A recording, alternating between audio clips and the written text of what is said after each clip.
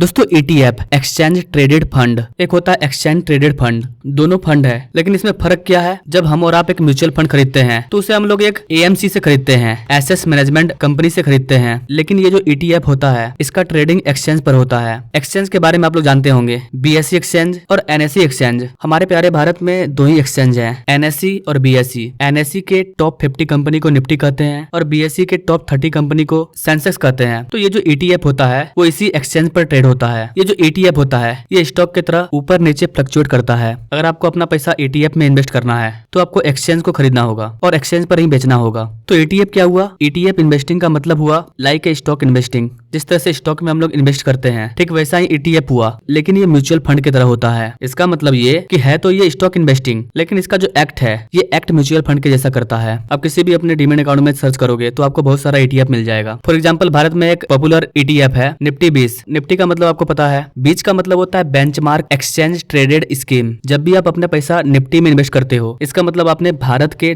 Top 50 company में अपना पैसा इन्वेस्ट किया है। निफ्टी अगर आगे जाएगा तो आपका पैसा ग्रो करेगा। बहुत ही सिंपल है इन्वेस्ट करना, बस आपको डीमैट अकाउंट बनाना होगा। स्टॉक्स में क्या होता है, आप शेयर को खरीदते हो, लेकिन यहाँ पर आप निफ्टी को नहीं खरीद पाओगे, सेंसेक्स को भी नहीं खरीद पाओगे। इसमें बस आप अपना पैसा इन्वेस्ट करोगे, अगर वो ग्रो करेगा तो आपको फायदा होगा। तो निफ्टी और सेंसेक्स का या तो आप म्यूचुअल फंड खरीद सकते हो या तो फिर ETF। तो ETF क्या होता है ये आप सभी जान चुके होंगे। आइए अब जानते हैं कि ETF का एडवांटेज क्या होता है। ETF में पैसा इन्वेस्ट करने से क्या क्या फायदा होता है। सबसे पहला फायदा ये होता है कि स्टॉक जीरो हो सकता है लेकिन ETF कभी जीरो नहीं होगा, क्योंकि ETF में बहुत सारे कंपनी है, 2-4 कंपनी डूब सकती है, सारी कंपनी नहीं डूबेगी। और अगर आप शेयर खरीदते हो, स्टॉक खरीदते हो तो आप किसी एक कंपनी का खरीदते हो तो हो सकता है कि वो शेयर डूब सकता है, लेकिन ETF कभी नहीं डूबेगा। तो ETF में पैसा लगाने वाला आदमी कभी भी बर्बाद नहीं होता है। हानि लॉस थोड़ी मोड़ी होती है लेकिन जीरो कभी नहीं होता है। तो आई होप कि गाइस ETF और ज्यादा क्लियर हो गया होगा। स्टॉक्स मतलब कोई एक स्टॉक्स, एक शेयर, और ETF मतलब लॉट्स ऑफ कंपनी। चलिए अब समझते हैं ETF स्ट्रेटेजी को। गाइस ETF स्ट्रेटेजी के लिए आपको बस दिन का 1 मिनट देना है। निफ्टी सेंसेक्स आपको कहीं भी दिख जाएगा। आप अगर क्रोम भी खोलोगे तो वहां पर आपको निफ्टी दिखाएगा और सेंसेक्स दिखाएगा। आपको बस ये देखना है कि निफ्टी ग्रो कर रहा है या फिर डाउन चल रहा है। इसी के अकॉर्डिंग आपको अपना पैसा इन्वेस्ट करना है। मान लीजिए आप 40,000 रुपया कमाते हो तो आई थिंक आपको उसका 10% इन्वेस्ट करना चाहिए।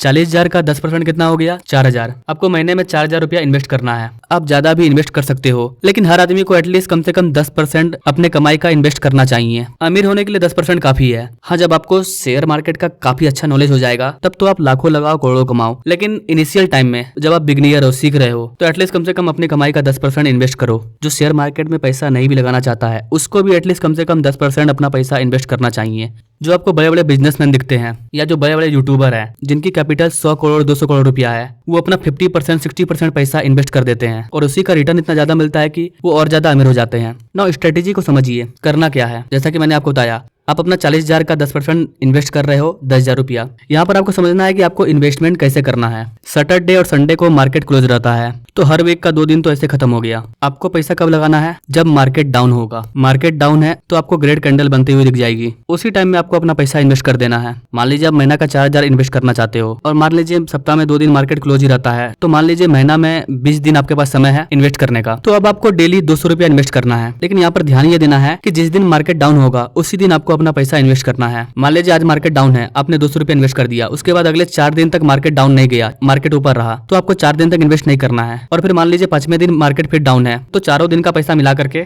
800 रुपया आपको उस दिन इन्वेस्ट कर देना है। इससे होगा क्या, जब मार्केट डाउन था तब आपने पैसा इन्वेस्ट किया तो अगले 1 दिन 2 दिन 3 दिन 4 दिन में आपका पैसा ग्रो कर गया। फिर मार्केट डाउन गया, फिर आपने इन्वेस्ट कर दिया। इससे क्या हो रहा है, आपका पैसा नीचे नहीं आ रहा है, आपका पैसा ऊपर जा रहा है। जब डाउन आता है तभी आप इन्वेस्ट करते हो तो आपका जो ग्राफ होगा वो लगातार ग्रो दिखेगा। यहाँ पर आपका जो फेलियर का चांस है वो ऑलमोस्ट जीरो है। लॉस आपको होगा ही नहीं। आपको दिन का 1 लाख रुपया भी इन्वेस्ट करना है तो जिस दिन मार्केट टूटी है उसी दिन करेंगे, और अगर फिर मार्केट बढ़ेगा तो आपका पैसा और ज्यादा ग्रो कर जाएगा। ETF इन्वेस्टिंग का यही स्ट्रेटेजी है। इसको अगर आप फॉलो करोगे तो आप काफी ज्यादा ग्रो कर जाओगे। निफ्टी सेंसेक्स इनका ETF आपको काफी सस्ते दाम में मिल जाता है, 190 600 आप आराम से खरीद करके इन्वेस्ट कर सकते हो। तो आई होप कि गाइस आप समझ पाए होंगे ETF क्या है, कैसे ये काम कर रहा है और इसका जो स्ट्रेटेजी है इसको कैसे फॉलो करना है। इस वाले स्ट्रेटेजी से कैसे आपको फायदा होगा। तो keep attention, keep secure investing. Now thanks for watch. मिलते हैं अगले वीडियो में एक नई जानकारी के साथ, तब तक के लिए जय हिंद।